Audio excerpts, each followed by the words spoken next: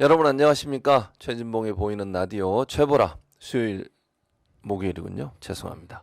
목요일 아침 순서 시작하도록 하겠습니다. 목요일의 남자 신인규 변호사 창준 위원장으로 불러드려야죠. 신인규 창준 위원장과 함께 얘기 나눠보도록 하겠습니다. 어서 오십시오. 예, 민심과 함께하는 민심동행 신인규입니다. 민심동행 민생이 아니고 민심동행 예. 창준 위원장 신인규.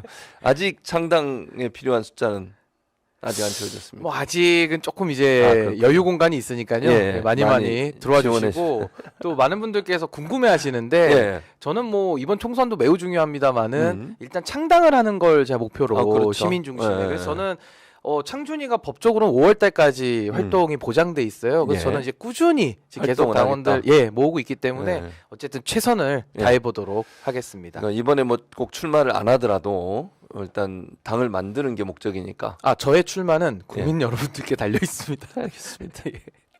많이 응원해 주시기 바라겠습니다. 예, 감사합니다. 자, 요즘 보니까 의료 대란이에요. 난리가 났습니다. 그냥 뭐 전공의들도 다 지금 뭐 현장을 떠나버리고 의대생들 휴학계 내고 막 이런 상황이 되다 보니까 가장 큰 문제는 이게 고래 싸움에 새우등 터진다고 환자의 가족들은 지금 애가 타잖아요. 예, 맞습니다. 이게 어떻게 그러니까 윤석열 정부가 이렇게 하는 게 물론 원칙적으로 예를 들어서 그 의대 정원을 늘리는 것은 국민적 동의가 있어요, 분명히. 근데 이런 식으로 막 밀어붙이고 처벌하겠다고 하고 막 이렇게 가는 게 맞는 겁니까, 대체? 그러니까 지금 의료 대란이라고 불러도 무색하지 않을 만큼 상당히 그 국민 여러분들께서 힘드시고 또 의사 숫자를 늘리자라는 논의가 뭐 하루 이틀 있었던 게 아니고요. 그렇죠. 뭐 예를 들면 의사 수가 부족하냐 모자르냐라고 접근하면 안 되고 수도권의 의사가 많냐, 지방의 의사가 많냐 이렇게 물어봐야 되고요. 뭐 성형외과 피부과라고 하는 비필수 의료과의 의사가 많냐, 아니면 필수 의료라고 하는 내외산소, 내과, 외과, 산부인과, 소아청소년과 여기에 의사가 많냐, 이렇게 물어봐야 정확한 질문이거든요. 근데 지금은 이런 내용에 대한 토론은 없고요. 그냥 의사가 적다라고 하면서 1년에 2,000명씩 5년에 10,000명을 늘리겠다 이렇게 밀어붙이고 있어요. 그러니까 정확한 문제 제기가 없었고 그 문제 제기에 대한 정확한 답이 아닌데 그냥 밀어붙이고 있는 거죠. 그러면 의사 입장에서는 국민의 생명과 보건과 국민들을 지켜야 되는 입장에서는 저항할 수밖에 없거든요. 그렇죠. 근데 그 저항이라는 것도 너무 세게 밀면은 반작용이 너무 세게 올 수밖에 없는 이런 상황 속에서 저는 좀 국가의 책임 그리고 정부의 역할 전 여기에 대해서 너무나도 지금 잘못 가고 있다. 너무 폭력적이다라는 지적하지 않을 수 없고 또 하나는 의료 시장 같은 경우는 결국에는 수가 현실화라는 것을 건드려야 됩니다. 그렇죠. 그러니까 수가 현실화를 건드려야 되는 게 하나고 또 하나는 가격을 국가가 통제하는 상황 속에서 그냥 2,000명을 쏟아붓겠다라는 것은 의료 시장 붕괴를 걱정해야 되고 또 하나는 이것이 교육에 미치는 영향. 그러니까 이공계에서 지금 다 자퇴하고 다 의대 가겠다고 나오는 거 아닙니까? 그렇죠. 그러면 대한민국의 뭐 R&D라든지 이런 기초과학은 어떻게 되는 것이며 또 의대에서 2,000명을 늘려버렸을 때 정원이 늘어나면 교수도 늘고 그래야죠. 뭐 실험실도 늘고 또 해부학을 위해서 그 뭐 여러 가지 제반 여건들이 갖춰져야 되는데 이거 준비돼 있나? 윤석열 정부가 답할 때다 저는 이렇게 생각합니다. 근데 이게 그래서 이제 지금 여러 가지 얘기를 지적해 주셨는데 그런 여러 가지 논란 때문에 이게 포퓰리즘이 아닌가, 선거용 아닌가, 또는 일부에서는 이런 의혹까지 제기하고 있어요. 디올백 그 문제가 논란이 되니까 이거 덮기 위해서 이게 이슈화하는 게 아닌가. 결국은 하지도 못할 수 있는 상황인데 이걸 밀어붙여 가지고 이슈를 전환하려는 의도가 있지 않나. 그리고 일부에서도 이런 얘기까지 들어보셨을 텐데 총선 과정에서 한동훈 비대위원장을 띄우기 위해서 이렇게 해놓고 짠 나타나가지고 뭐 중지하는 모습을 보이려고 하는 게 아닌가라는 그런 뭐 음모론 비슷한 의혹까지 있습니다. 어느 정도 타당성이 있다고 보세요? 어떻게 보세요? 뭐 그동안에 윤석열 정부가 보여왔던 행태에 비추어 보면 항상 어느 집단을 늘 악마화해왔거든요. 그걸 이제 뭐 카르텔이란 용어를 쓰기도 하고 뭐 공산전체주의란 용어를 썼었고 뭐 표현은 다르지만 아니 지금 윤석열 정부 들어와서 노조 악마화 시켰죠. 그다음에 뭐 사교육 강사들 악마화 시켰죠. 자기와 경쟁했던 정치인들 다 악마화 시키죠. 민주당 악마화 시키죠. 이제는 돌고 돌아가지고 이제 의사한테까지도 그 프레임을 씌워서 결국에는 그들의 기득권, 그 저항하는 걸 나는 돌파할 거야. 두드러 패면 돼. 라고 하면서 저항하는 모습을 진압하면 지지율이 올라가는 이 기현상을 윤석열 정부가 이제 체험적으로 안 것 같거든요. 그렇죠. 그러니까 이번에는 국민들이 당연히 의사수 증원에 대한 욕구가 있다 보니까 맞아요. 제가 근데 말씀드렸다시피 음. 전체가 맞냐 정냐로 들어가서는 안 되고 그렇죠. 어느 분야의 의사가 왜 넘치느냐, 왜 예. 어느 분야의 의사는 예. 왜 모자르냐, 예. 그래서 왜 국민들이 불편하냐, 이런 식의 논의가 좀 강론적으로 들어가야 되는데 그렇죠. 윤석열 정부는 지금 강론에 대한 이야기는 없고요. 없죠. 그냥 늘려야 된다 이러고 있고 어제 윤석열 대통령은 2,000명도 모자르다, 더 늘리자 뭐 이런 식이에요. 네, 맞아요. 그러니까 너무나도 막무가내식이고 뭐 설마 이런 건 아니겠죠. 그 조규용 장관이 보건복지부 장관이신데 예. 이분이 기재부 관료 출신입니다. 아. 보건복지에 대해서 비읍이나 압니까 솔직히? 아니, 기재부 장관 출신이니까 예산은 아시겠지만 그럴 수 이분이 있겠죠. 의사수에 대해서 본인이 잘 압니까? 그럼 저는 이분이 국무회의에서 이러실 것 같아요. 아, 대통령님께서 과거에 네. 의약분업 네. 그거 공판검사 하셨는데 의료에 대해서 수사를 해보셨기 전문가구나. 때문에 의료 전문가시다. 그럼 수사. 대통령님께서 지금 2,000명 모자르고 더 뽑아라 3,000명.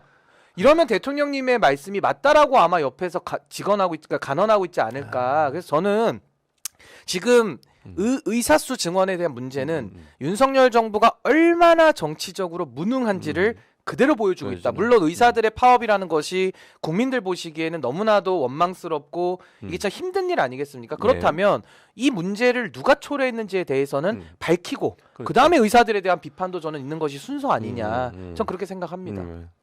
참 답답하기도 하고 그렇습니다. 근데 중간에 제가 웬만하면 슈퍼챗을 안 읽는데 네. 슈퍼챗이 들어와서 제가 읽어드리도록 하겠습니다. 읽으시죠. 이유는 이렇습니다.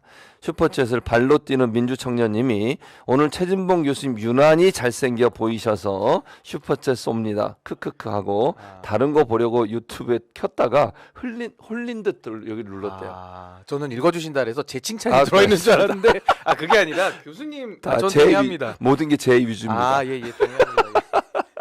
원래 잘생기셨기 신인규 때문에. 변호사한테 이런 이 질문이 있어요. 농장님이 두 분 출마하신가요? 이렇게 질문을 보내주셨습니다. 저랑 교수님 출마하려고요? 네, 그렇게. 아니 저는 뭐 출마에 대한 의지가 강한데 일단은 저는 저의 어떤 뭐 정치적인 커리어보다는 일단 지금 대한민국 정치 상황이 저는 뭐 제가 지금 배지 달고 안 달고는 별로 의미가 없는, 저는 좀 이게 좀 심한 말일 수도 있지만은 지금의 한국 사회 특히 정치 영역은 저는 광기의 시대라고 저는 보거든요. 맞아요. 다 자기 주장만 하면서 법이라는 거를 만들겠다라는 사람들이 법을 밥 먹듯이 어기고 꼼수와 위법과 탈법이 난무하기 때문에 전 오히려 제가 달 수 있으면 달고요. 안 되면 안 달고라도 제가 국민들을 대변해서 목소리를 내는 것이 더 가치 있다라고 지금은 생각하고 있습니다. 그럼 뭐 5월까지 지금 창준이가 5월 6일까지. 그때까지 만들고 뭐 이번 총선이 아니더라도 활동을 할 수 있잖아요. 국회의원 국회의원 10명목보다 더 한 걸 할 수 그렇죠. 있습니다. 충분히 할 수 있다고 봅니다. 근데 어쨌든 저는 정당 만들고 싶은 것은 제가 진심이고 이건 맞아요. 제 당이 아니잖아요. 그렇죠. 시민들의 정당을 누군가는 대표해서 만들어야 되기 때문에 저는 평범한 보통 시민들의 조직된 힘을 바탕으로 이 정당 혁명 꼭 한번 이뤄보고 싶다. 그건 제가 정말 간절하게 바라는 바입니다. 그렇죠. 자, 그러면 이제 무사 대란, 의료 대란 문제를 쭉 얘기해 왔었는데 결국은 제가 볼 때 지금은 이제 거의 잘 떠난 자리, 그러니까 전공의들이나 아니면 의사들이 떠난 자리에 다른 대체 인력들을 좀 투입을 해놨는데 이분들도 한 2주 정도 지나면 이제 완전히 이제 피로가 쌓여가지고 번아웃이 되는 그렇죠. 거죠. 더 이상 이제 할 수 없는 상황이 돼요. 그렇죠. 그러면 2주 후에는 정말로 큰 문제가 발생할 수 있는데 이런 식으로 밀어붙여서 문제 해결이 되겠냐는 거죠. 그럼 환자들은 어떻게 해요? 또 뭐 앞으로 아플 사람도 있고 뭐 사고가 나서 그 치료를 받아야 하는 분도 생길 수 있는데 이렇게 대책 없이 정부가 뭐 다 의료 면허 취소하겠다 아니면 감옥에 넣겠다 처벌하겠다 이런 방식으로 접근하는 것은 바람직한 태도 아니지 않습니까? 그건 뭐 당연히 아닌 거고요. 뭐 윤석열 정부는 윤석열 대통령이 특수부 검사 출신이고 본인이 가장 잘하는 게 사람 집어넣는 거 아닙니까? 물론 이제 죄가 있는 사람을 집어넣는 건 상관이 없는데 이런 식으로 파업을 유도해서 집어넣는 거는 문제가 있죠. 그렇죠. 이게 뭐 조폐공사 파업 유도 사건을 떠올리게 만들기도 하는데요. 그 검사가 일부에서는 또 한동훈 장관의 위원장의 장인이 그 담당 검사셨는데, 그러니까 저는 이런 겁니다. 윤석열 대통령이 본인이 잘 하는 거를 지금 하려고 한다라는 생각이 들고요. 또 하나는 우리가 이런 말 하잖아요. 나는 돈에 관심이 없어. 라고 말을 하는 사람은 돈에 미친 사람이다. 윤석열 대통령은 난 전광판 안 본다. 전광판에 미친 사람이죠. 지지율만 매일 보고 있거든요. 그러면 윤석열 대통령은 국민을 위한 정치를 해서 중도가 돌아오는 형식으로 확장을 해서 지지율을 올리셔야지 이런 식으로 완전히 국민의힘 민심과는 반대로 가면서 국민들 때려 잡아가지고 지지율을 올리겠다? 네. 이건 얼마나 사악한 지도자입니까? 그러니까. 전 이런 식의 지지율 올리는 방식을 지금 한두 번도 아니고요. 그래서 저는 윤석열 대통령이 제가 별명을 하나 만들어 왔는데 네, 이건 뭐 뽀개기 정부 아니냐. 뽀개기. 뽀개기 정부. 그러니까 국민의힘도 뽀갠다 그랬잖아요. 예, 내가 저것들 들어가서 쥐약 먹었는데 뽀개러 들어간다 하셨는데 진짜 국민의힘 뽀개버렸거든요. 뽀개서 이제 자기 당으로 만들었고 이제는 정부도 뽀개고 예, 뭐 그냥 시행령으로 다 뽀개고 그다음에 의료도 뽀개고 모든 걸 뽀개시는 거예요. 그 뽀개기 정부가 이거 정말 국민의 삶과 생명과 안전과 국민들의 미래와 희망까지 뽀개면서 짓밟는 전 이런 식의 정부 행태를 그럼 어디까지 우리가 참아줘야 되는가 그리고 왜 참아야 되는가 라는 생각이 정말 들고요. 윤석열 대통령 이제 저도 한 2년 비판을 하다 보니까 조금 이제 질립니다. 2년 동안 똑같은 말을 계속하면은 뭐 제가 앵무새도 아니고 같은 말도 여러 번 하는 거 별로 안 좋거든요. 그렇죠. 좀 이제 알아들으시고 뭐 안 되면은 뭐 가부간에 결단해야 되는 거죠. 제가 볼 때는. 알아들으실 것 같으세요? 어떻게 해야 이제 저 기대는 없습니다. 근데 기대는 없는데 하나 희망을 갖자면 그래도 우리가 민주주의 국가이기 때문에 대통령 임기가 있잖아요. 있죠. 그러니까 이제 나머지 3년을 참아야 되는 건데 이제 그걸 어떻게 참아낼지를 좀 스스로 고민하면서 어쨌든 국민들께서 힘드신 거거든요. 이걸 어떻게 보듬을 수 있을까? 그게 이제 저의 지금 고민 중에 하나인 거죠. 근데 뭐 총선에서 어떤 경우가 나올지 모르겠지만 총선에서 이제 범야권, 소위 이제 국민의힘 빼고 나머지 정당들이 뭐 200석 정도를 할 수만 있다면 뭐 모르겠어요. 어떤 경우가 나올지는. 그럼 좀 상황이 바뀔 수도 있지 않을까요? 근데 뭐 상황이 바뀔 수 있는데 저는 지금까지 해온 윤석열 정부의 이 실정만 놓고 보더라도 거의 대통령의 지도자성은 다 잃어버렸다고 그렇죠. 보거든요. 물론 이제 우리가 이거를 뭐 현실적으로 대통령이 자리에서 내려오든 아니면은 뭐 탄핵을 당하든 여러 가지 그 민주주의 절차 안에서 그 뭐 급변적인 사태들이 있겠지만은 저는 그런 최악의 상태로는 안 가기를 바라고요. 바란다. 그래도 총선을 통해서 민심이 표출이 되고 그 민심에 따라서 윤석열 대통령이 남은 임기를 수행해 주기를 바랍니다. 근데 그건 제 바람이고요. 그렇죠. 현실화 되는지 마는지는 이제 윤석열 대통령에게 달린 거기 때문에 저는 지금 굉장히 심각한 상황으로 저는 대한민국을 바라보고 있고요. 여기서 만약에 총선이 지났는데도 지금 같은 경향성, 이런 폭력성, 잔인성 이걸 계속 이어가면서 유지강화 시킨다면은 국민들이 더 참을까요? 저부터도 못 참을 것 같은데요. 그럼 그때 가서 저는 국민들의 뜻과 함께 하겠다라는 생각이 좀 듭니다. 예. 그럼 이제 이 의료 대란이라고 하는 이 사태를 과연 끝낼 수는 있을까요? 그러니까 어떻게 전망하세요? 지금 의사들도 사실은 강경하게 계속 대치를 하고 있는 상황이고 법적 대응까지 하겠다고 지금 변호사님까지 하고 있는 상황이거든요. 전공의들 같은 경우에. 이러면 2주가 지나고 계속 이런 상황이 계속 될 수 있을까요? 어떻게 전망하세요? 그 동네에 좀 이렇게 손가락질 받던 사람이 있었어요. 뭐 저 사람 평판도 안 좋다. 뭐 이런 식의 손가락질 받는 뭐 그게 진짜든 아니든 간에 근데 그 사람에 대해서 힘센 사람이 와가지고요 계속 패기 시작합니다. 때립니다. 그럼 그걸 지켜보는 국민들 입장에서는 평소에 지탄받고 손가락질 받던 사람인 건 맞습니다만은 어느 힘센 사람이 와서 그 사람을 때리고 있다라면은 그 사람 당연히 저항하겠죠. 그렇죠. 그럼 우리는 당연하죠. 어떻게 해야 됩니까? 그 때리는 사람을 말려야 되지 않겠습니까? 아니면 경찰을 불러서 그 때리는 사람을 구속해야 되지 않겠습니까? 근데 지금 상황은요. 그 손가락질 받는데 맞고 있는 그분을 갖다가 지금 감옥에 넣어서 그 힘센 사람이 더 자신의 힘을 유지강화 시키겠다라는 아주 비열한 아주 저급한 방식의 지금 선과 악이 바뀌어버리는 이런 상황을 지금 저희가 목도하고 있거든요. 이것은 제가 봤을 때 정의롭지 않죠. 그러니까 저도 의사에 대해서 비판하고요. 저도 국민의 한 사람으로서 우려되는 부분이 많고 또 의사 숫자에 대해서도 저는 충분히 논의를 해서 필요한 부분 늘려야죠. 근데 지금 이런 방식의 윤석열 정부의 그 정책 추진에 대해서는 이건 너무 폭력적인 겁니다. 그 의사들이 저항을 하죠. 아니 누가 와서 때리는데 어떻게 저항을 안 합니까? 그렇죠. 근데 저항을 하니까 저항했네? 그리고 가서 갖다 넣는. 저는 이런 방식은 이런 파업을 유도하는 방식은 공권력을 행사하는 주체들이 쓸 수 있는 방법이 아니다. 아니 어느 정부가 이렇게 합니까? 그렇죠. 저는 이거는 너무 이건 좀 뭐랄까요? 선을 넘어도 한참 넘은 것이고 이거 뭐 선악 개념을 제가 자꾸 쓰는 거 좋진 않지만은 굉장히 나쁜 정부다. 이 부분에 한해서는 이렇게 하면 안 됩니다. 그러니까 지금 말씀하신 건 만약에 정말 신윤기 변호사 얘기했듯이 파업을 유도했다고 하면 그 유도의 목적은 결국 총선에서 지지층 결집을 하겠다 이런 의도일까요? 의사들 때려서 악마화해서 나는 악마를 잡는 선한 정부야라는 포장지. 완전히 포장이죠. 예. 그래서 저는 아니 의사 때려잡을 시간에 그 명품백이나 좀 때려잡으세요 진짜로. 왜 그런 악은 척결 안 합니까? 안 한 거 내 거는 안 하고 안 남의 하는 것만 거봐요. 합니까? 그런가 그러니까 봐요. 저는 의사들이 지금의 국면에서는 좀 안 됐어요. 왜냐하면 너무 지금 정부가 폭력적으로 그 의료 시스템과 서비스를 무너뜨리려고 하는데 제가 의사라고 해도 아니 그 전문가들이니까 그 내용을 잘 알지 않겠습니까? 저도 아는데 그럼 저항 안 합니까? 저항 안 하면 오히려 그분들이 지식인으로서 양심이 없는 거죠. 근데 저항을 하는데 또 저항하면 저항한다고 해서 또 여러 가지 정부가 공권력을 사용해서 또 뭐 잡아넣겠다는 거 아닙니까? 어쨌든 뭐 전공의들 뭐 전부 다 기소해가지고 맞아요. 다 그냥 없애버리겠다, 그러겠다. 뽀개버리겠다 지금 이런 식인데 아니 어느 정부, 어느 민주주의 정부가 이렇게 그렇게 일처리를 안 합니까? 되겠지. 뭐 운전에 비유하자면 이거는 초고속의 난폭 운전에 음. 완전히 음주운전 아닙니까? 그러니까 저는 윤석열 정부가 운전대를 지금 잡고 있는데 예. 안전하게 몰던지 안전하게 몰 각오와 자신과 능력이 음. 없으면은 운전대를 내려놓던지 내려놨던지. 둘 중에 하나만 하시라. 둘 중에 해라. 네, 전 그렇게 권해드리고 싶습니다. 알겠습니다. 참 걱정이에요. 사실 아까도 말씀드렸지만 이제 가장 걱정은 현재 치료를 받고 계시거나 수술을 앞두고 계시거나 급하게 수술을 해야 되는 이런 분들, 또 환자의 가족들 이런 분들이 정말 애가 타거든요. 이거는 맞습니다. 빨리 해결이 돼야 되겠다. 이런 생각입니다.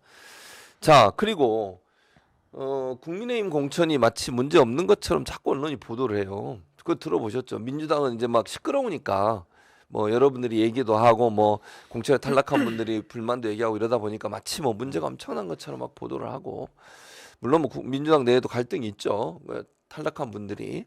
그런데 국민의힘은 마치 아무 문제 없는 것처럼 보이거든요. 근데 어제 대전 지역이었나요? 그 한 분이 문제를 제기했고 이명수 의원이 네, 이명수 의원 그리고 그분도 사선인가 그렇잖아요. 근데 거기서 정말 열심히 해서 그 정도까지 온 건데 그리고 또 하나는 이 부산 지역에서는 이제 공천 못 받은 예비 후보들 이분들이 이제 자기 자체적으로 한 명을 선발해서 그 사람을 내보내겠다 뭐 이런 얘기까지 나오고 있습니다. 국민의힘 공천 문제 있습니까 없습니까? 뭐 문제가 있는 정도가 아니라 네. 저는 그냥 국민의힘에서 이제 공천 리스트 발표할 거 아닙니까? 네. 마지막에 최종적으로 그렇죠. 뭐 비례대표 포함해서 제가 단언컨대요. 그 뭐 한 253명 플러스 뭐 비례까지 하면 한 300명 뭐 되겠지만은 그분들 중에서 단 한 사람이라도 예. 지금 이 의료 대란이나 아니면 윤석열 정부의 명품백이나 아니면 뭐 앞으로도 뭐 잘못되는 거 많이 있겠죠. 거기에 대해서 입법부의 일원으로서 헌법기관으로서 예. 정부 이렇게 가면 안 된다. 이렇게 용기 있게 말할 사람 한 명이라도 있습니까? 제 눈에는 왜 안 없어요. 보이죠? 없어요. 제 눈에는 안 보입니다. 그렇다면 국민의 눈높이에 맞는 공천인가? 라고 물었을 때는 조용하다고 뭐 다 좋은 겁니까? 그건 아니겠죠. 네. 그래서 저는 정당의 생명력이라는 책이 있습니다. 그러니까 정당은 생명력이 있어야 되고 그 자체가 유기체로서 자강으로 발전해야 되는 이런 취지인데 그렇죠. 정당에서 소리가 안 나온다라는 거는 왜 안 나올까요? 생명력이 없으니까 그렇죠. 그럼 그 맞아요. 생명력은 누가 뺏어갔을까요? 윤석열 대통령이 그 정당의 생명력을 짓밟고 없애버렸고 뽀개버렸기 때문에 그러니까 그 당에서는 아무런 소리도 안 나오는 겁니다. 맞아요. 근데 민주당 같은 경우는 뭐 물론 저도 민주당 문제 많다고 생각하지만은 그래도 생명력이 아직은 남아 있으니 맞아요. 그 안에서는 여러 가지 반응들이 나오는 거거든요. 그렇죠. 그래서 저는 반응이 없는 것은 좋은 것이 아니다. 특히 정치에서는 생명력을 잃어버린 것이다 그렇죠. 라고 생각을 하고요. 아니 저희 민심동행 창준이도 정말 작은 조직이지만은 저희도 매일 시끌벅적합니다. 의견이 많아요. 그러니까. 저도 그거 조율하느라 힘이 듭니다. 그거 그게 당연한 정당이죠. 거거든요. 그게 정당이죠. 예. 근데 국민의힘은 얘기가 없어. 아무 얘기도 없다라는 것은 한동훈 위원장이나 윤석열 대통령이 무섭거나 무섭거나 아니면 이미 정당이 죽어버렸기 때문에 생명력과 반응이 없는 것이다. 그러니까. 전 그렇게 생각합니다. 그러니까 공천 과정에서 뭐 잘 되고 있다 이러면서 마치 문제 없는 것처럼 얘기하지만 불만은 엄청나게 많을 거죠. 뭐 예를 들면 김무성 전 대표 같은 경우도 처음에 반발하다가 나중에 쑥 들어갔어요. 김성태 전 의원도 그렇게 됐죠. 또 지금 뭐 그 다른 지역 낙동강 벨트로 가라고 원래 자기 지역구를 빼서 서병수, 네, 조혜진. 세 분 있잖아요. 네. 이런 분들 다 갔어요. 그리고 박진 그다음에 뭐 이런 분들도 딴 데로 가고 이분들이 마음속으로 정말 불만이 하나도 없어서 갔겠냐는 거예요. 말을 못하는 상황이 아닐까 하는 생각도 들거든요. 아니 뭐 말을 못해서 못 가는 분도 있을 거고 예. 또 그 안에는 뭐 자원해서 가는 분도 전 있을 거라고 있을 수 봅니다. 있죠. 뭐 나름의 애당심이라고 저는 생각을 하지만은 어찌 됐든 그렇게 다 조정을 했다고 칩시다. 그래서 뭐 대통령 측근들 주진우 꽂고 뭐 다 꽂았어요. 그분들 명단 쭉 리스트업 해보면요. 그 안에서 국민을 위해 일할 참된 일꾼이 있겠느냐라고 물어보면 그럼 명단을 좀 얘기해 보시죠. 저는 제 눈에는 안 보여요. 네. 그리고 제 눈에 안 보이는데 그분들이 그대로 국회에 들어갈 거 아닙니까? 그렇죠. 그럼 다음 22대 국회에서 어떻게 할지는 불보듯 뻔한 거 아닙니까? 네. 명약관한 거 아닙니까? 그분들 가가지고 제가 여기서 스토리를 써보자면 가장 민주당 잘패기로 경쟁할 겁니다. 서로 누가 더 잘 싸우나를 경쟁하면서 또 대통령에게 충성하다가 대통령의 지지율을 이제 더 이상 막을 수 없다라는 생각이 들면 그때부터 난파선에서 뛰어나오는 거거든요. 이 지리한 기회주의의 역사가 제가 그거 비판하면서 탈당을 한 사람인데 여전히 반복되고 있고 저는 그래도 국민의힘이 안에 있을 때 당내에서 시끄럽다고 저한테 돌멩이는 많이 던졌습니다만은 그래도 정당의 생명력은 있었어요. 네. 뭐라도 말이 나오니까. 근데 지금은 뭐 이제 다 떠났죠. 뭐 누가 있습니까 그 안에? 없어. 있으면 얘기해 보시죠. 없어요.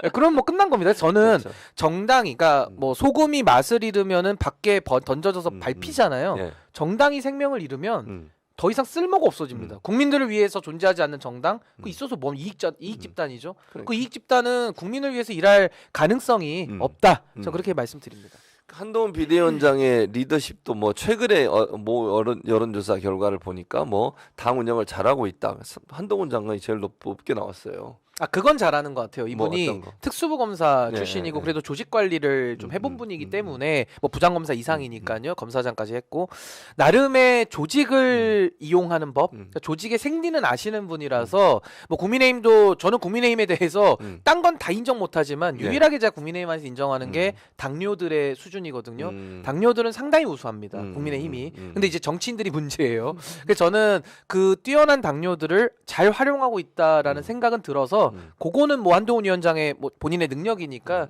그 부분은 제가 좋게 평가를 합니다. 근데 그러면 한동훈 비대위원장의 메시지라든지 태도라든지 이런 건 어떻게 보세요? 뭐 저는 한동훈 비대위원장은 늘 이재명 대표를 물고 늘어지면서 계속 공격을 네. 하거든요. 입만 열면 이제 계속 이재명 대표 것만 얘기해요. 딴 건 얘기 안 해 거의. 어떻게 보세요? 그런 스피치라든지 아니면 리더십이라든지 이런 거는? 그 정치를 해서는 안 되는 사람이라고 전 생각이 들어요. 왜냐하면 정치라는 것이 어떤 갈등을 표면화시키는 것도 굉장히 중요하겠지만, 그러니까 갈등 발굴도 중요하지만 결국 갈등을 발굴해서 토론도 하고 문제를 해결하는 데까지 나아가야 되거든요. 그렇죠. 그럼 갈등을 해결하려면 상대방에 대한 존중, 예의, 그리고 그분과의 협상, 결정 여기까지 나아가야 정치가 한 발을 앞으로 나가는 건데 그렇지. 한동훈 위원장은요.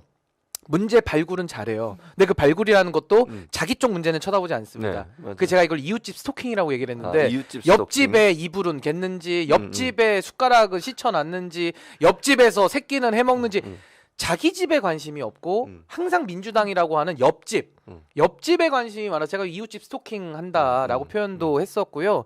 또 하나는 한동훈 위원장의 특징은 다른 문제 나오면 예를 들면 명품백 문제나 네, 국민의힘의 난처한 질문 나오면은 답을 못해요. 그리고 제가 엊그제 말씀드렸으니까 그 입장으로 가름하겠습니다. 이 가름이라는 단어만 계속 쓰거든요. 그러니까 도망 다니다가 이재명 대표 이슈나 민주당의 컷오프 이슈 나오면은요. 이분이 눈동자 부처가 반짝반짝거립니다. 진짜 잘 보시면요.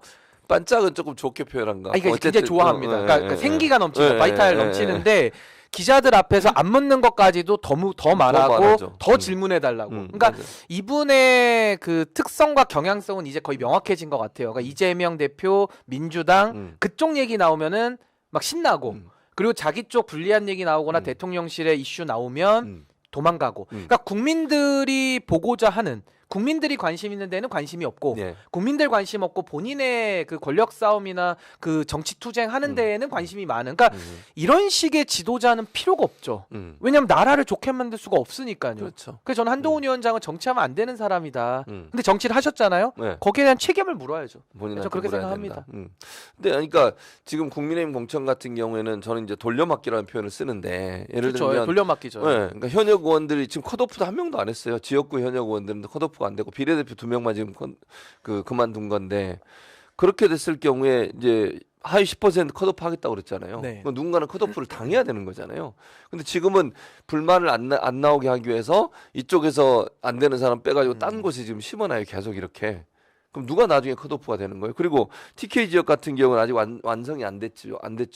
거기서 누군가는 또 나와야 되는 거 이제 아니겠습니까? 좀 경선을 많이 붙이겠죠. TK 예, 쪽은 예. 아무래도. 근데 경선을 붙이거나 아니면 또 경선 붙여서 위험하다고 생각하면 예를 들어 대통령실에서 근무했던 경력이 있거나 검사 출신들은 또 꽂아낼 가능성은 저는 있다고 생각해요. 반발이. 그러니까 나가라고 딴 데로 가라고 그러겠지. 예를 들어서. 조정하겠죠. 그렇죠. 근데 그렇게 되면 이게 나중에 이 반발이 폭발하지 않겠어요?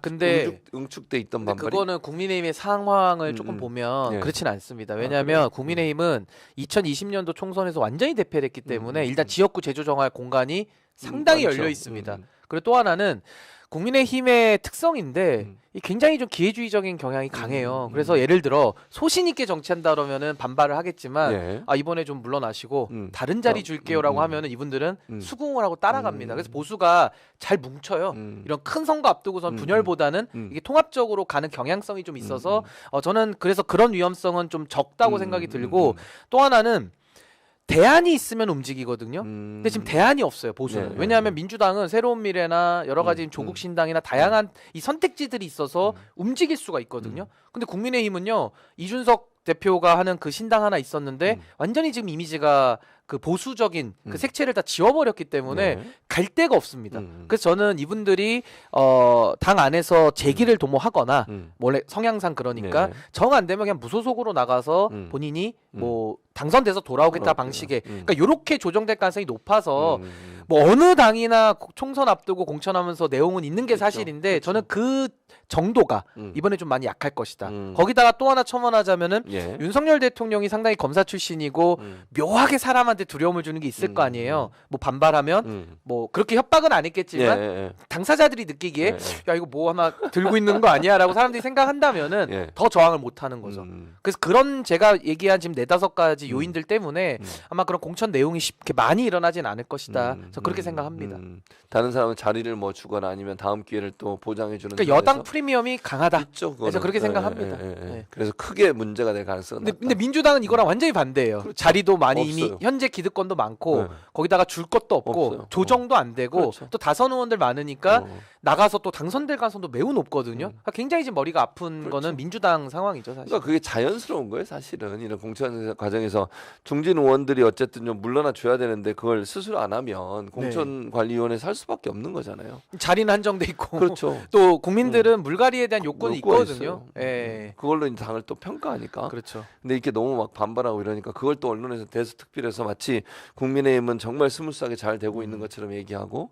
근데 사실 아까 말씀하신 것처럼 공천의 대상이 되는 사람들 몇 면을 보면 정말 그 사람들이 국회에 가서 국민을 위해서 일할 수 있는 사람으로 보기 어려운 부분이 너무 많잖아요. 저는 전혀 없다고 봅니다. 그러니까요. 저는 국민의힘이 기대를 안 하는 사람입니다. 그러니까 일도 없습니다. 일도 기대. 그러니 이제 이렇게 공천 조용히 하는 게 좋은 건 아니다. 물갈이도 좀 하고 좀 쓴소리 하는 사람도 좀 받아들이고 이래야 되는데 완전히 배제를 시켜버리잖아요. 그 민주주의의 가장 기본이 뭐냐면요. 정당에서 특히 다수와 소수의 교체 가능성입니다. 그렇죠. 근데 그게 사라진 정당이에요. 그러니까 다수가 영원히 다수가 되는 그럼 기득권에 줄만 쓰는 그런 정당에서 무슨 국민을 위해서 일을 합니까? 다 위를 쳐다보고 마치 관료화돼서 위만 받아보면서 공천을 과실로 따먹는 이런 식의 상당히 이제 생명력이 없는 정당은 그러면서 죽어가는 거거든요. 근데 이게 이제 왜 유지가 되느냐? 양당의 적대적 공생 때문에 국민들 입장에서는 둘 중에 하나밖에 선택할 수 없는 겁니다. 그 제가 이제 다당제로 나아가자 내지는 삼지대 공간을 열어보자라고 나온 이유도 바로 이런 문제 때문에 나온 것이고 정치가 경쟁을 안 하면요 독과점에 빠지고 결국 피해는 국민이 보는 겁니다.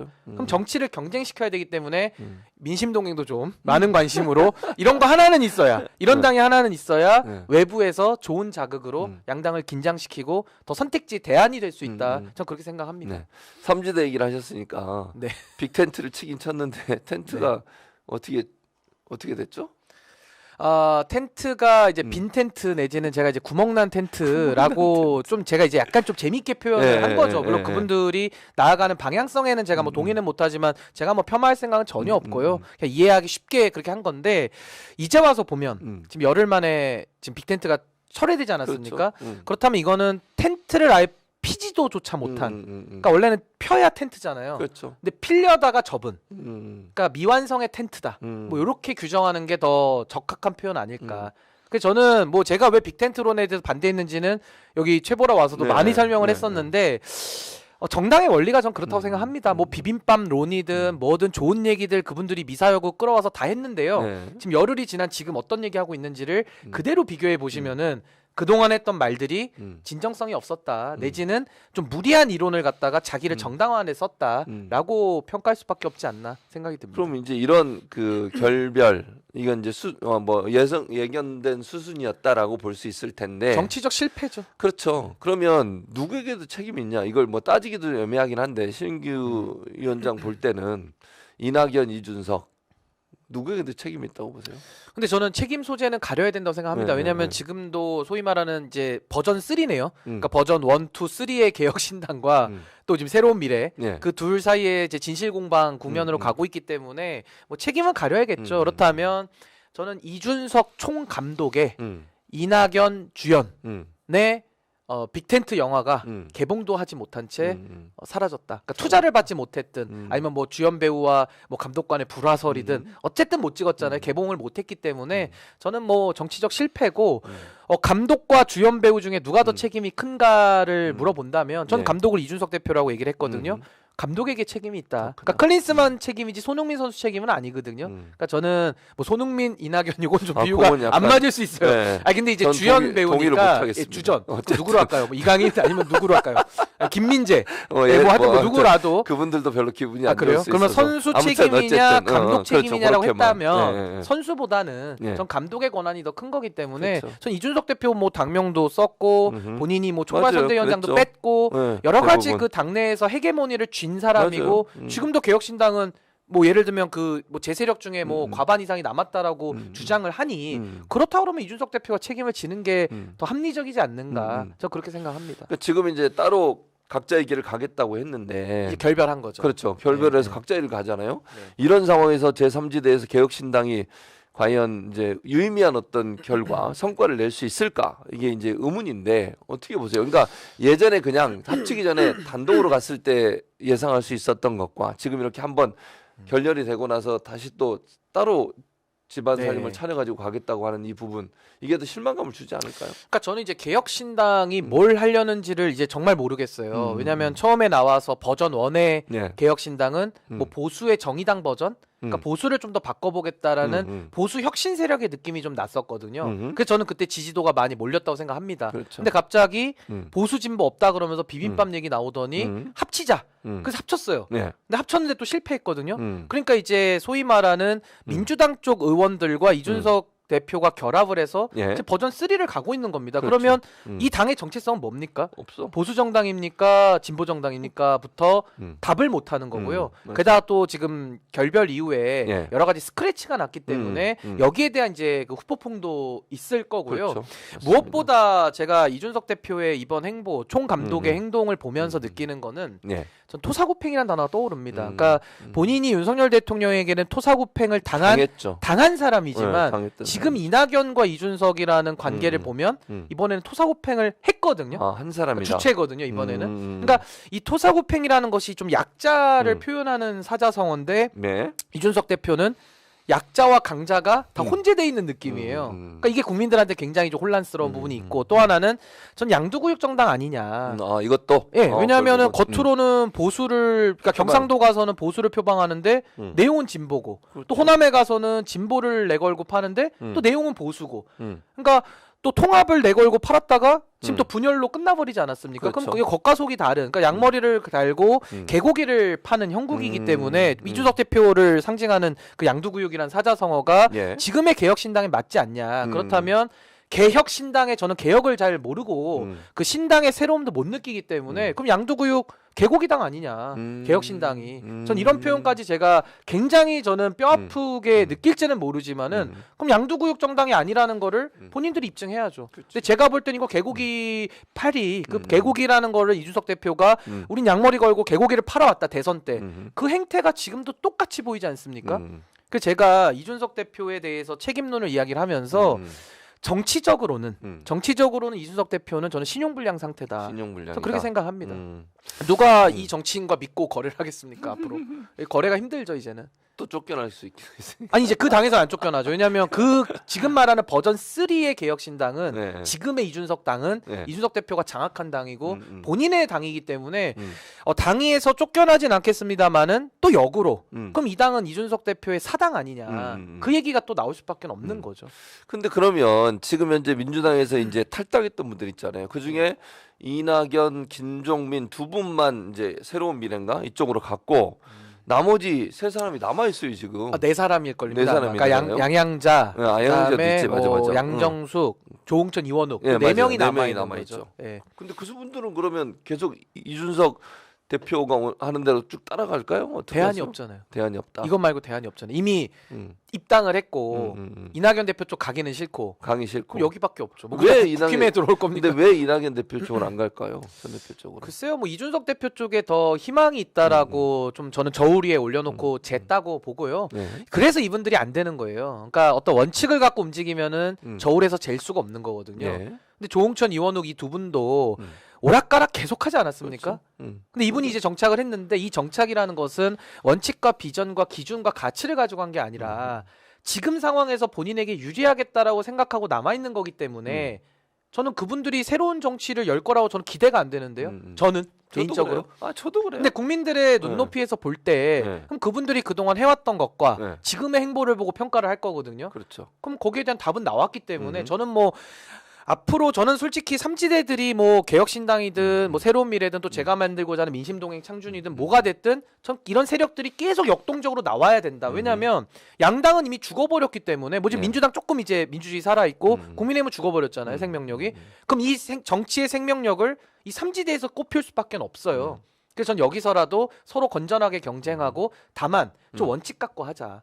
자꾸 이게 이합집산하면서 두 지도자가 가볍지도 않은 분들이 통합을 선언했다가 열흘 만에 텐트도 못 피고 그냥 헤어지는 이런 어처구니 없는 모습은 전 정치를 희화화시킨다. 그러면은 국민들이 지금 가뜩이나 정치 혐오나 정치 불신이 높은데 거기서 정치에 요만큼 이제 희망 한번 다시 가져보려고 마음을 돌리신 거거든요. 근데 여기에 대해서 이렇게 새로 잘해보겠다라고 나온 중량감 있는 정치 인사들이 이런 식의 희화화된 모습을 보인다는 것은 매우 나쁘다. 이거는 한국 정치를 더 퇴행시키는 일이다. 그래서 저는 이준석 대표 정치 그만하라고 저는 공식적으로 입장 밝혔습니다. 네. 정치를 더 하시려면 더 할 이유를 앞으로 본인이 설명해야 될 겁니다. 본인이 설명해야 된다. 그러니까 전 매우 부적합하고 더 이상 정치를 올바르게 할 자신이 없다면은 이분도 본인의 정치 지금 10년 넘게 했잖아요. 그렇죠. 여기에 대한 좀 어느 정도의 매듭은 필요하지 않는가. 정치를 좋게 만든다 그러면 이준석 같은 정치인이 100명, 1000명 나면 더 좋죠. 근데 지금 이준석 대표 딱 한 명 있는데 너무 뛰어난 재능으로 많은 역할을 해왔는데 지금의 이 결과를 놓고 얘기해보면 이준석 대표가 이거는 입이 10개라도 할 말이 없으니까 아마 사과를 했겠죠. 그러니까 그 사과의 의미를 좀 무겁게 받아들였으면 좋겠다라는 생각이 좀 듭니다. 처음에 사실 이제 그 민주당 의원들을 이렇게 막 받아들일 때 그때 이제 정부 보조금인가요? 정부 국고보조금 문제가 논란이 됐어요. 6억이 5명, 그러니까 5명 이상이면 그렇게 받고 5명 밑으로 가면 이제 몇 천만 원 정도밖에 못 받는다고. 그 차이가 큽니다. 5명 그렇죠. 허들이. 그럼 그 돈 때문에 그렇게 막 영입을 했을까요? 양정수 의원 같은 경우. 양정수 의원 같은 경우. 그러니까 그 돈 문제도 사실 국민들 예민하시죠. 저는 특히나 국고보조금, 정당에 지급되는 국고보조금은 저는 폐지하자는 입장이고요. 전 국민들께 정치 후원 바우처를 드리자라는 거 아예 저희는 공약으로 내세운 입장이기 때문에 이 국고보조금을 허투루 써도 안 되고요. 안 되죠. 이번에 그 버전 2에 그러니까 이낙연, 이준석 결합되는 그 개혁신당에서 6억을 타기 위해서 양정숙 의원을 끌어들였거든요. 그러다가 이제 김종민 의원이 이탈하면서 결국에는 의석수가 4명으로 주니까 이 6억에 대한 수령은 사실상 통합으로 국민들을 속인 거 아니냐. 그러니까 저는 이제 와서 이준석 대표가 뭐 반환하려고 하는데 반환 절차가 없다. 절차가 없죠. 이런 식의 꼼수를 상정을 못 하니까요. 아니, 당연히 규정이 없죠. 만약에 입법자들이 이런 식의 문제를 예상을 했다 그러면은 당연히 제도를 만드는데 그렇죠. 감히 상상할 수 없는 일을 본인들이 하신 거거든요. 그래 놓고서 이제 와가지고 반환 절차가 없으니까 우리는 뭐 법을 만들어서라도 반환하겠다라면서 또 이미지 정치 하는데 내용은 이거죠. 결국에는 무리한 통합을 시도했고 예. 그 통합의 목적은 결국에는 5석 만들어서 빨리 돈을 타내자. 2월 15일까지가 의원 수를 그 체킹하는 마지막 디데이였거든요. 그렇죠. 그러니까 무리한 통합을 설 앞두고 하면서 양정숙 의원까지 떨어들어가지고 네. 겨우 5명 맞췄는데 이낙연 대표 이제 뒤통수를 맞으니까 김종민 의원 또 떨어져 나간 거 아닙니까? 네, 그렇죠. 그러니까 이거는 김종민 의원 입장에서도 이거 뭐 나 이용해 먹은 거 아니냐. 뭐 통합 기획이라는 이야기까지 하시던데 그러니까 이런 얘기가 나오니까 이건 이준석 대표가 총 감독의 위치에서 이거 도대체 국민들의 혈세를 이런 식으로 꼼수로 의원들 뭐 옛날에는 의원 꺼가기라는 게 있었잖아요. 네. 그건 그나마 원내교섭단체를 만들어서 뭔가 의사 진행의 역할을 하기 위해서 했는데도 욕을 많이 먹었어요. 근데 이거는 정당 보조금을 6억 원이라는 돈을 달려있는 상황 속에서 네. 수령했고 네. 의원들을 데리고 왔다? 또 지금 통합이 깨졌다? 네. 이거 어떻게 설명해야 됩니까? 그러니까. 그러니까 이제 와서 반환한다라는 논리로 앞에 행위. 그러니까 지금 저희는 반환에 대해서 문제도 당연히 삼아야 되지만은 네. 그 앞부분도 문제를 삼고 있거든요. 여기에 대한 답을 뒷부분 갖고 와서 하면은 안 받는 거죠. 지금은 왜 의원들을 무리하게 끌어들여서 6억 원이라는 걸 타내고 왜 통합을 깨버렸냐. 여기까지 국민들이 저는 궁금해하시고 묻고 있다라고 생각을 합니다. 그런 행위 자체가 사실은 정치적으로 정당성을 확보하기 어렵다 이렇게 말씀을 하시는 결과잖아요. 6억이 결과죠. 들어갔잖아요. 그렇죠. 그 통합이 그렇죠. 깨졌잖아요. 네. 그 두 가지 결과에 대해서 묻고 반환도 중요하기 때문에 반환에 대한 부분도 국민들은 궁금해하시니까 근데 답을 줘야 되는데 뭐 제도가 없다 이런 얘기를 하니까 네. 이제 국민들 입장에서는 그럼 제도까지 없는 이런 꼼수를 하는 게 개혁이냐 이게 새로움이냐 이제 국민들은 그렇게 물어보실 수밖에 없는 거죠. 참 어떻게 이제 할지도 지켜봐야 될 것 같아요. 이게 반환을 할 건지 아니면 뭐 어떻게 할 건지 모르겠어요. 지금 상황에서는 뭐 어떤 방식으로 할지. 근데 뭐 반환 여부는 전 이제 세 번째 부분이고 결국에는 왜 합쳤고 예. 왜 깨졌는지에 대해서 아마 국민들께서는 정치적인 평가를 아마 그 개혁신당에 대해서 하시지 않을까 전 그렇게 생각합니다. 예. 자 그리고 그 뉴스를 보셨는지 모르겠는데 최수근 이제 상병의 순직 사건 관련해서 해병대 사령관이 그 대통령실에 국방보좌관하고 통화한 내용을 보면 대통령께 보고가 됐던 것 같은 그 뉴스 보셨어요? 혹시? 네, 예. 부의에게 보고했다. 예. 그 뉴스를 보면 그럼 대통령도 이미 그 사안에 대해서 인식하고 있었고 인식하고 있었다고 뭐 어떤 형태로도 모르겠습니다만 뭐 그 다음에는 이제 자세한 내용은 안 나오니까 지시를 하거나 아니면 관심 있게 이슈를 좀 들여다봤을 가능성이 있지 않을까. 그러면 이 진행된 모든 과정에 네. 과연 대통령 관계가 있는 거냐 없는 거냐 이런 이제 의심이 생길 수밖에 없는 거잖아요. 보고가 안 됐다면 밑에서는 했다고 볼 수 있겠죠. 국방부 장관이나. 근데 그게 아니라 부위에게도 보고했다라는 내용의 그 메모인가요? 그게 있으면 이건 대통령도 어느 정도 이 사안에 관계가 있는 거 아니야 이런 의혹이 생길 수밖에 없거든요. 어떻게 보셨어요 그 뉴스를 보면서? 그 최수근 상병이 군에 갔다가 죄송합니다. 군에 갔다가 결국에 안타깝게 희생이 된 그런 사안이죠. 거죠. 네. 그래서 대통령께서도 국무회의 석상에서 이 억울한 죽음이 남지 않도록 진실을 밝혀라 라고 지시를 했습니다. 그래서 박정훈 대령이 법과 원칙 권한에 따라서 수사를 했고요. 그렇죠. 근데 이거에 대해서 뜬금없이 이종섭 국방부 장관이 결재를 번복하면서 네. 갑자기 경찰에 가가지고 기록을 빼들어온 거 아닙니까? 맞아요. 국방부가 그런 거죠. 네. 뭐 대통령실이 얼마까지 간섭했는지 그건 국방부가 뭐 얼마까지 했는지 아직까지 모르죠. 모르는데 네, 맞아요. 그걸 밝혀야죠. 이제 그게 수사의 포인트거든요. 그런데 여기 이제 더욱 심각한 문제는 뭐냐면은 여기까지도 심각합니다만은 네. 이분들이 그 이후에 이 잘못을 덮기 위해서 박정훈 대령이라고 하는 해병대 수사단장에 대해서 무고를 시작합니다. 그렇죠. 갑자기 군기문란으로 항명죄, 집단 항명 수괴죄를 뒤집어 씌워가지고 영장까지 칩니다. 그렇죠. 이것은 법과 원칙에 따라서 본인의 권한을 행사한 공무원을 무고한 거예요. 그러니까 저는 뭐 직권남용, 직무유기 뭐 많지만 뭐 위계에 의한 공무집행 방해, 뭐 위력에 의한 방해 많지만 이 무고 혐의까지 총괄적으로 본다면은 이건 국기문란 사안이다. 군기문란이 아니다. 예. 그러면 이 국기문란 사안은요.